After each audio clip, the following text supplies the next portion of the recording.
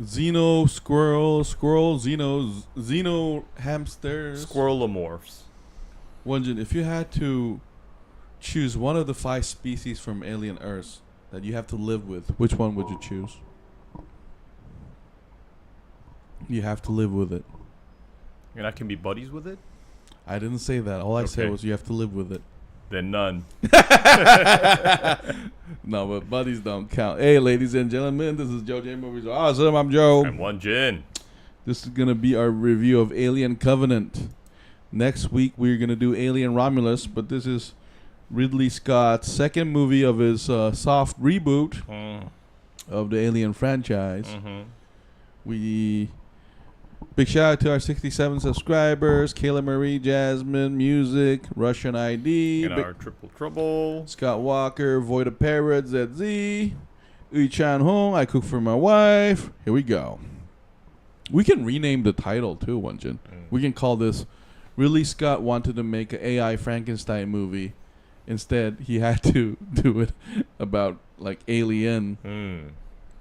No, but just after coming back from Alien Earth, in a lot of ways, the whole Alien franchise has always been about the word alien representing this complete, like, the other species and the alien we make by ourselves, which is the AIs. Oh, what's up, ZZ? Hold up. And that leaves a good point because the previous Alien installations, like the original movies, like you said, they are mostly about this unknown alien life form from like deep space. But here, just like we just mentioned in our review of the last episode of Alien Earth, this is less about xenomorphs. And it's more about David and humans. So like you said, we wrote in the titles, half alien, half Prometheus. But here's a funny thing. You know, when this was first released and I watched it for the first time, remember our reaction? We were disappointed. But after like a very long time watching this again, because I hadn't seen this ever after watching it for the first time.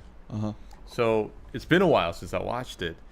And after watching it, and as I was watching it, I was like, maybe I was a little too harsh. It's actually pretty good. Oh, yeah? Yeah. I was thinking to myself, yo, this isn't so bad. Maybe I was being too harsh on the whole movie. Because I really liked watching it for the second time. And I think the reason why we hated it so much is because it kind of... Stop saying we. I didn't hate it that much. The reason why I hated it so much is because it kind of left me with no hope for a future sequel. No, but remember after we watched it, we were hoping for... No, because I remember we were hoping for the engineers to come back. Yeah, but that never happened. And instead we got Alien Romulus. No, but years later, though. But at the moment, I did wanted to see, like, the...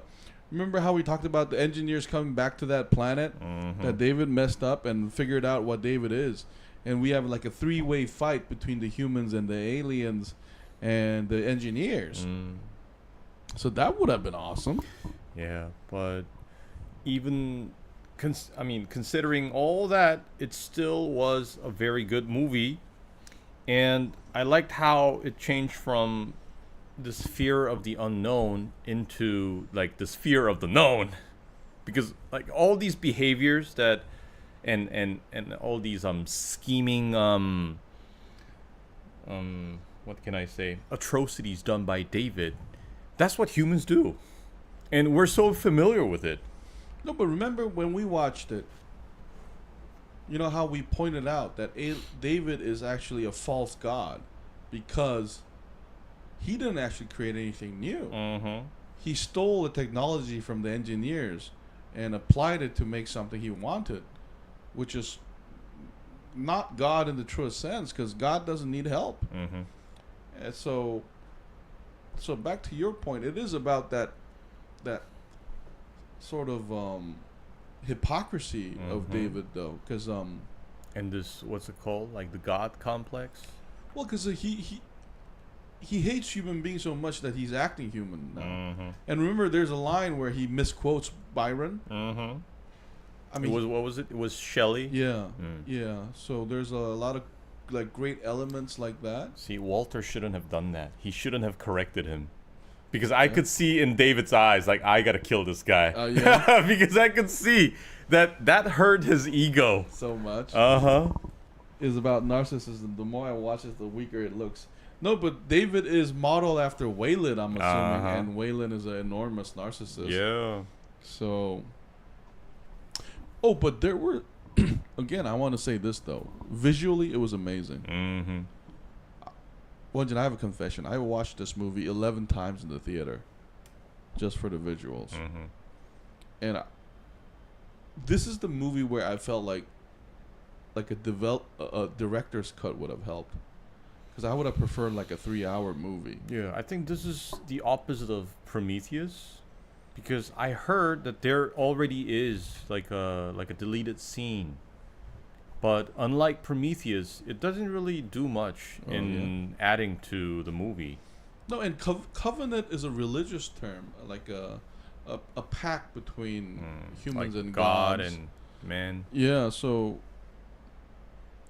the movie, they I think one of the problems of this movie is it needed more Nolanism, where they explain more of what was going on. Like take 20 minutes to explain shit. Yeah, because I didn't know they were a couple. Because them being a marriage couple is one of the most biblical thing ever, where married couples is going to colonize another space. That's totally out from the Bible. So with that couple with the Alien Covenant title, it was totally going for that theme. And it was a bizarre, it's a bizarre inversion of that, where people who are looking for paradise, the promised land, and they don't find it except they find hell. I was hoping they would play with that more. This should have been more like the Apocalypse movie by Coppola, where it should have, I feel like it should have been 2 hours and 45 minutes. Instead,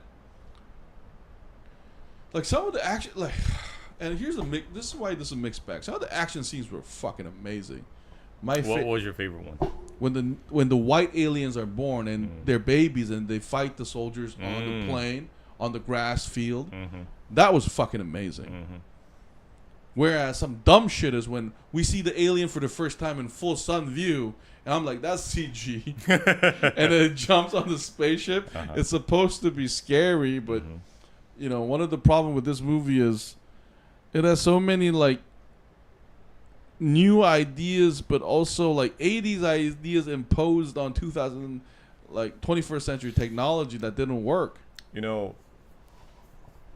For me, the biggest problem with the Xenomorphs, I mean, I did also like the action around the reeds and what's it called? The wheat. White, yeah, the white wheat. aliens. Yeah, when they're born. And how the guy's like chin gets like broken away by the tail and shit. It doesn't get broken away; it gets ripped apart. Oh, it gets ripped apart. But in Prometheus, we don't get to see like a xenomorph that we know because it hasn't evolved yet. Yeah. Here we do see like that xenomorph thing. I think it's called predomorph or something. But that's never mentioned in the movie. Yeah, we do get that form of like a alien that we're familiar with, but I couldn't help but think, man, this version of Xenomorph is a dumbass. It's dumb.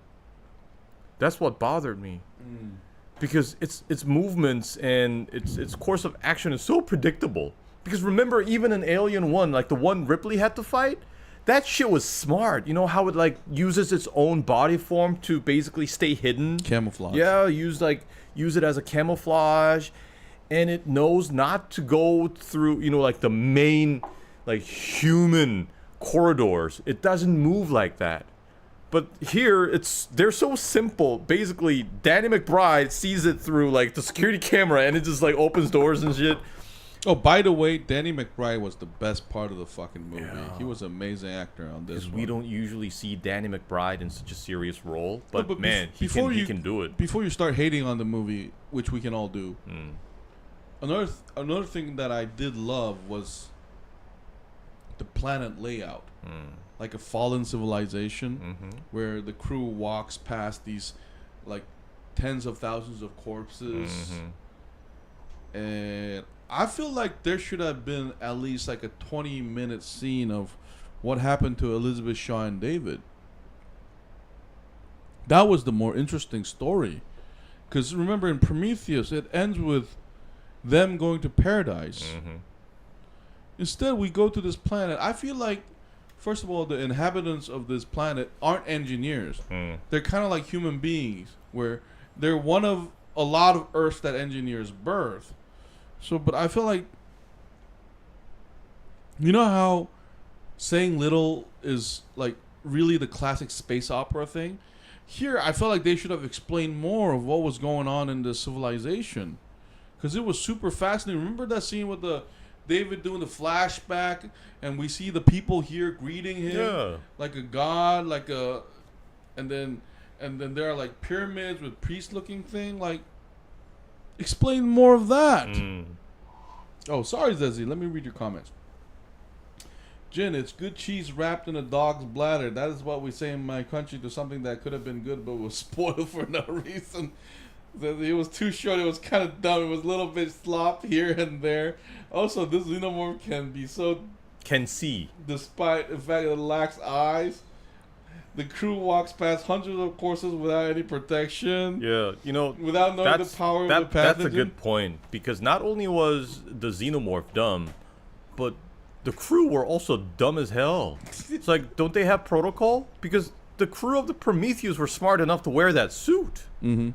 Yeah, And they were so dumb that they just walk out there, no mask, no helmet, no protection, and they just breathe in whatever shit was in the air, and they give birth to this alien life form.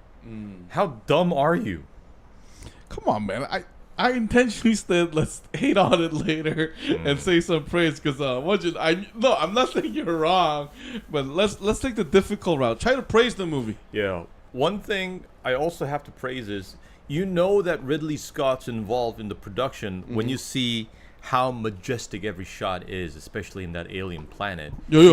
You're so convinced that you are in this alien planet because he puts so much attention to detail. Just like the fallen temple, like the fallen spaceship. And another thing I want to praise is the ship with the colonists.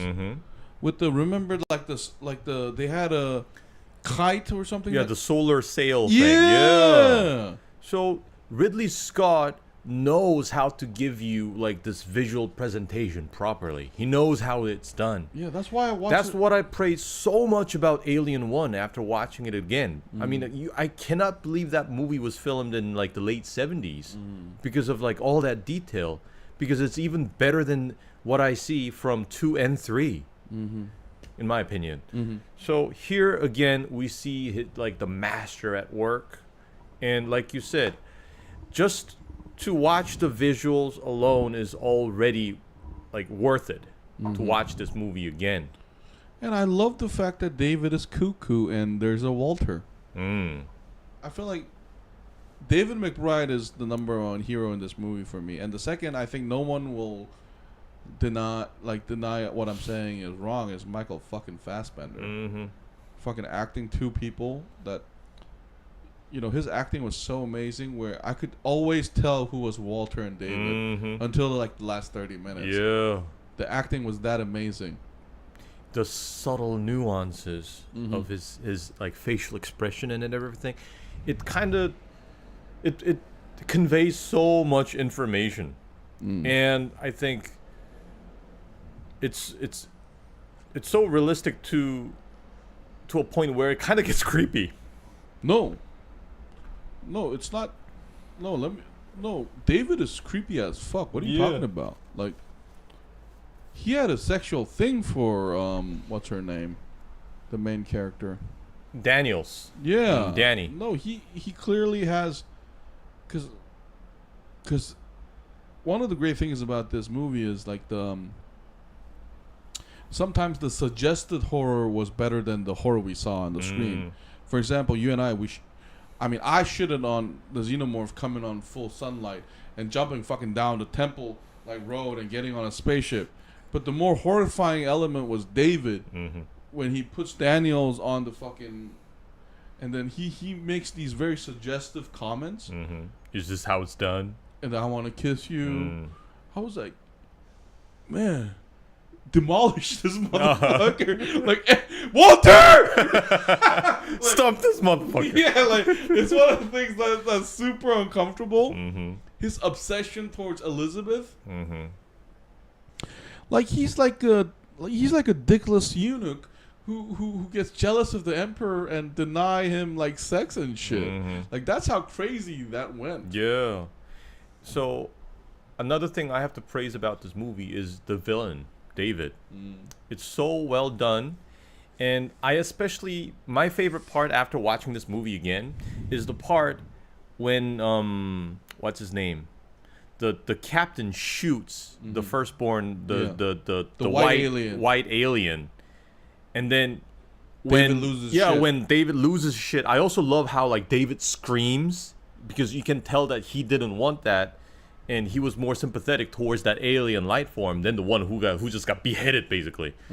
And my favorite part is when David instantly, he schemes to like lure him into that cave and sacrifice him, because like the way all that scene was shot, it gave me this like Greek mythology vibe again. No, but fuck you, I disagree. The captain should have shot David right there. The moment he saw David screaming with the white alien, yeah, you gotta go, bitch. Like, at least kneecap the motherfucker. Why are they allowing him to walk around? The moment David was like losing his shit over the white alien, he's like, okay, you're fucking weird. Boom! And then do the Ghostface killer stuff, and then knock. At least he should have made David walk first and still have a gun pointed at his back or something. But yeah, luring him into that cave and taking him to those eggs, that was one of my favorite scenes after watching again. I'm not being too harsh. Like, no, I know what you mean. Like, it was done in a way like where it was thematic, like a devil, like luring its victim. And instead of the alien life from the xenomorph, now what gives us this horror and terror element is David. No, but here's the thing. You just complain about the fucking idiot colonist not wearing a fucking mask. So, this movie, the problem with this movie is not your interpretation, but like its presentation. Like, here, I know what you mean when like the presentation was amazing. Like, it looked like Christ-like almost, where you know how the alien does this? Like, it's almost like it's kind of envisioning like a birth of like a Bangu. Like, you know, the Chinese mythology where there's the fucking giant, it's like born for the first time kind of thing.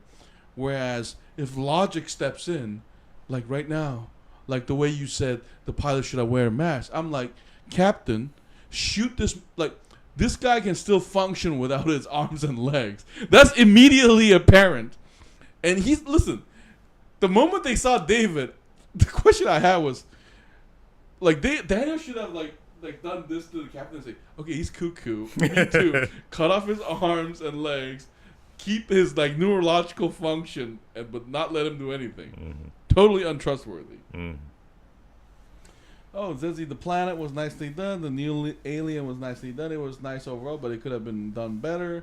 Like, they do no exploring. I want to see little to no exploring. No, Zizzy, I agree with you. That's why we needed 20 more minutes. Oh, one way to put this movie is they packed in so much without explaining.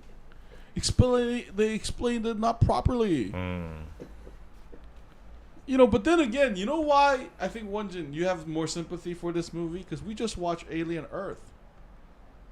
That could be why. Yeah, Alien Earth is 6 hours or 7 hour series. I felt like Alien Covenant could be a TV series these days, where it touched so many things. Yeah. And I love the villain aspect of David. I also thought this has very smart dialogues, and I also love like the references they make in the dialogues. What was it? Serve in heaven or reign in hell. Isn't that from Paradise Lost? Yep. Yeah. So basically, we see Walter and David, and they're basically like this like avatar for Lucifer, and I don't know. Angel. Mikhail No, or Walter is like not an God. angel. It's an angel yeah, like an angel 'cause he's a and servant. Lucifer. Yeah, exactly. So I love that element too. The dialogues are smart. And I also love this droid versus droid battle.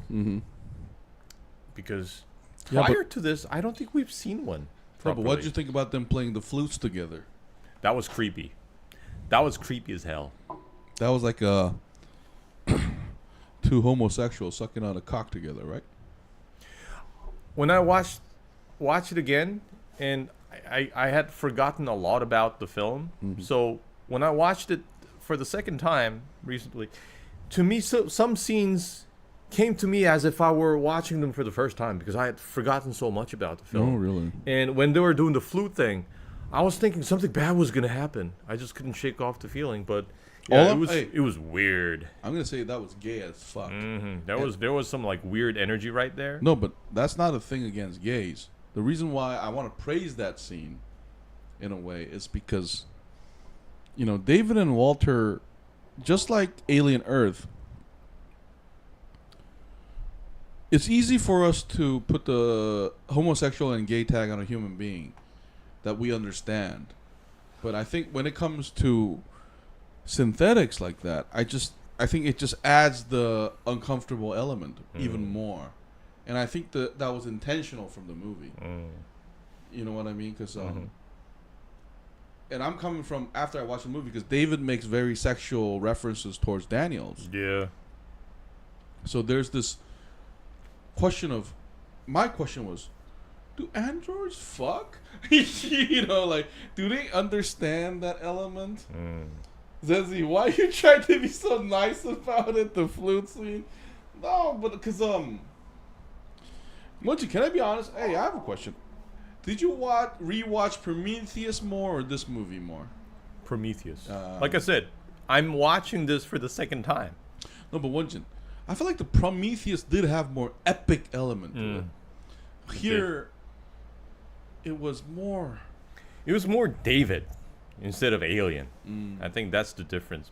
But it doesn't mean that it's bad. It's still pretty good. As a thriller, I thought it was really good. I also had completely forgotten about the intro scene where Weyland and David has this conversation for the first time after he starts operating. And after watching it, I caught a lot of like elements that I just overlooked when I watched it for the first time. Because as soon as it had booted up, David already realizes that he's serving someone who's inferior to him. And when that was expressed, I could see that Weyland was very uncomfortable and upset about it. That's why he does the power move, like, come pour this, give me this, prepare me this tea. And it's like right next to him. And he was basically putting him in his place. It was like a power move. And I think already then, David is, he's probably contemplating, like, getting rid of these humans or something, because I could see that hurt his ego. No, but first of all, that's a very good interpretation of that scene. But it's also, you know, but here's another thing that I think Alien Covenant does well is Walter and Daniel's relationship. You know, one of the great philosophical question. Philosophical. Shut the fuck up. I let you pass on one thing that Okay. you don't know. Philosophical. Didn't you promise not to do the vengeance thing, motherfucker? No, you made a pronunciation mistake 30 minutes ago, too. I let it slide. Okay. And, oh, fuck you. Pilaf.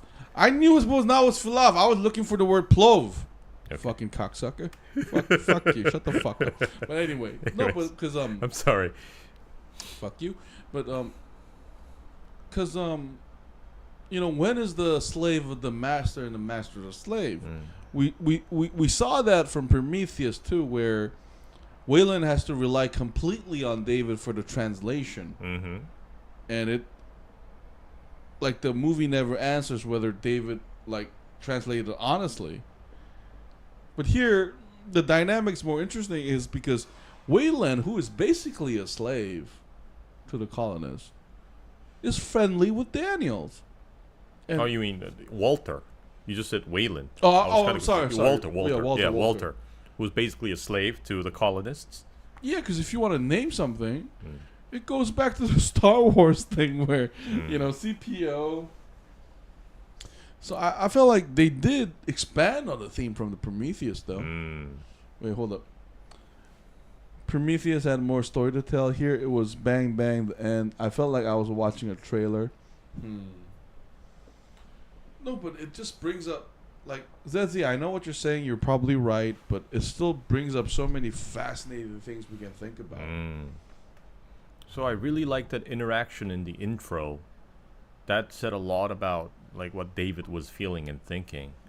It's like, so if you created me, then who created you? But you will die and I will not. And then he's like, come pour this tea. Yeah. But except David never created anything new. And he couldn't accept that he was there to serve. No, except he didn't even invent the black goo. The black goo was there. Because I still find the engineers more fascinating than David. I think one of the things Ridley Scott probably thought was, how explaining a famous a human hero in our history actually ruins it. I think that was one of the concerns here. Maybe explaining the engineers would have ruined their mystique. And I also like this, I don't know, maybe it's just my interpretation, but you know how Alien always impregnates the host with his fetus? But at the end of the movie, I was thinking to myself, it's like, yo, here David is the alien. He basically successfully impregnated the ship. And then within the ship, he basically throws up the embryos, and then he plants them in the what's that called? Like the cryo chamber kind of thing. Oh, that's good. Yeah. So I was thinking, yo, it's not just a xenomorph. David here is the alien. No, he's taking over. He's about to test the alien on 2,000 colonists. So that's the horrifying part. Yeah, and I love. Towards the end, when Daniel is in the cryo chamber and she asked the question about helping her with the cabin thing, and the moment she realizes that this is not Walter, I thought that was also very well done because it adds to the horror because there she's powerless. Hey, you know what I thought about? That's a great interpretation. I want to see more female synthetics. That's also weird. We don't really see one, do we? In the entire franchise. That's why Alien 4 was great, because we know the writer. Oh. We know the writer. Okay. We had one. But because David is a male figure and he's obsessed with Elizabeth Shaw, it just adds that aggressive sexual element.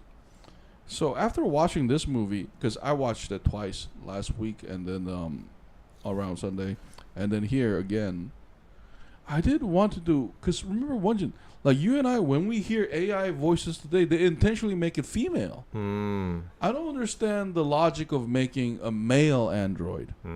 I feel like, I don't know, something biological is going on between you and me as human beings. I feel like women is just more safer or more woman-like. And tend to be more agreeable. No, but here's the thing. Let me finish.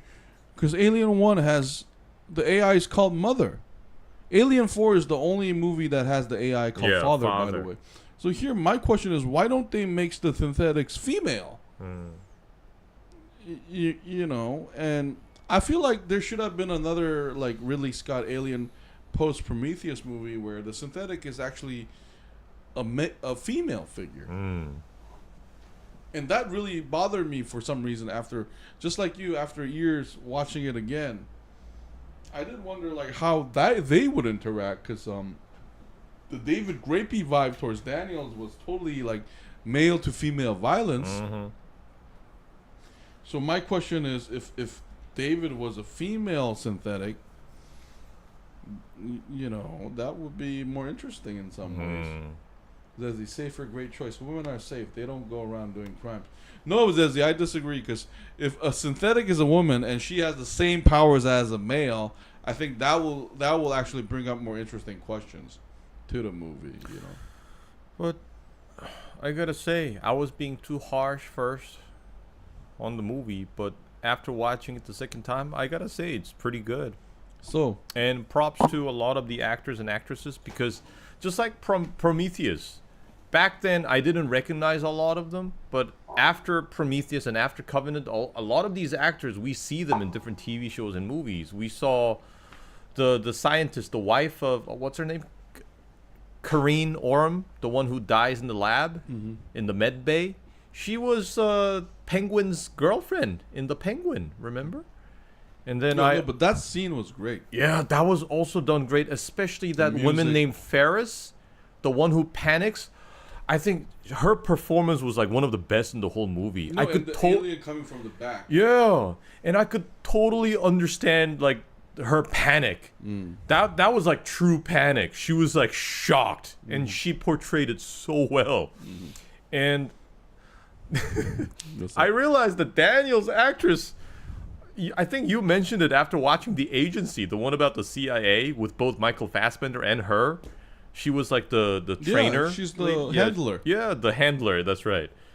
I was thinking, wait a minute, I've seen her before. No, she's a great actor. Yeah, I was like, oh, she was that woman from The Agency. Let's shit on the movie a little bit too. The fucking lines were horrendous. Which ones? The dialogues. Really? I thought some of them were smart, like I said. No, especially the one by David and Walter. Shut the fuck up. Some of them in philosophical discussion were good. The day-to-day was like, stupid as fuck. Stupid. Like, no, why aren't you helping me? You shout. I tried to stop. I don't know. I thought it was pretty well done. Get the fuck out of here. Like, no. Okay, I'm going to do the Won-Jin thing where I'm going to do the Battle Angel. Alita? Yeah, shut the fuck you. Like, David and Walter conversation doesn't make sense, because Walter could have been said 0101. Why are they talking like humans and quoting poetry, motherfucker? Like, if you want to go cuckoo with it, because remember, this movie came out after a ton of sci-fi shit that you and I saw. So if you want to say, does this make sense shit, then this movie is pretty fucking stupid. Like, that view. Like, I agree with you where I think we have to take a humanities angle to the movie. That makes more sense, but if we take your initial route when we started the video in the first 5 minutes, hell fucking no. Human beings don't talk like that, motherfucker. Shut the fuck up. They're dumber than the two, like, animal zoologists on Prometheus. Zezzy, that makes sense. I think they are talking about your comment. But anyway, shall we give a number grade? I would give this movie a 7. Man, why do you always shit on a movie and give it a 9 and then praise it and give it a 7? I don't know. Maybe it's like compensation, subconscious compensation for it. You cocksucker. I kind of feel sorry when I shit on it too much, so I'm like, okay, maybe I shouldn't be too harsh with the points. When I praise it too much, I'm like, maybe I overhyped it. Maybe I should just give it. You sure didn't feel sorry when you were correcting my fucking pronunciation. But anyway, Zezzy, they would just connect to each other via USB LEDs. Yeah, Zezzy, I'm gonna. Okay, maybe 7's too harsh. I'll give it an 8. This is an 8. 8. Hey, you know what? You and I think together. I'm gonna give it an 8 too. Because is it a perfect film? No. Hell no. But I want to. Oh, Won-Jin, I think you're gonna agree. I like how it presented big ideas in like a palpable way to audiences. Because if I'm being a smartass, I can shit on Byron poem and every little thing. But I felt like Ridley Scott did a fantastic job on bringing in big ideas and presenting it visually for us to consume. Yes. And I still feel like it was done well that way. It was worse than Alien 4. Come on, Zetzi. That's not true. And you gave Alien 4 a 7. No, 6. You can't be so... I'm not being unfair. This movie is... Hey, let me tell you something. This movie is way better than Alien 4. I'm going to give it an 8, too. So Jojen Movie So Awesome gives Alien Covenant an 8. While Zetzi gives it a 6. Hey, Zetzi, didn't you try to make us give Alien 4 like a 10? Let's be honest, that's not a 10 movie. So anyway, we're going to take a short break and come back to talk about Gen V. This has been Jojen Movie So Awesome. I'm Joe. I'm Won-Jin. We'll see you guys in a bit. Bye-bye, guys. Bye-bye. Next week, we'll talk about Alien Romulus. Oh, Alien Romulus is coming up next week, guys. Which I think we're going to give a 9 or a 10, probably. It was a great movie. Danny McBride. McBride. Tennessee.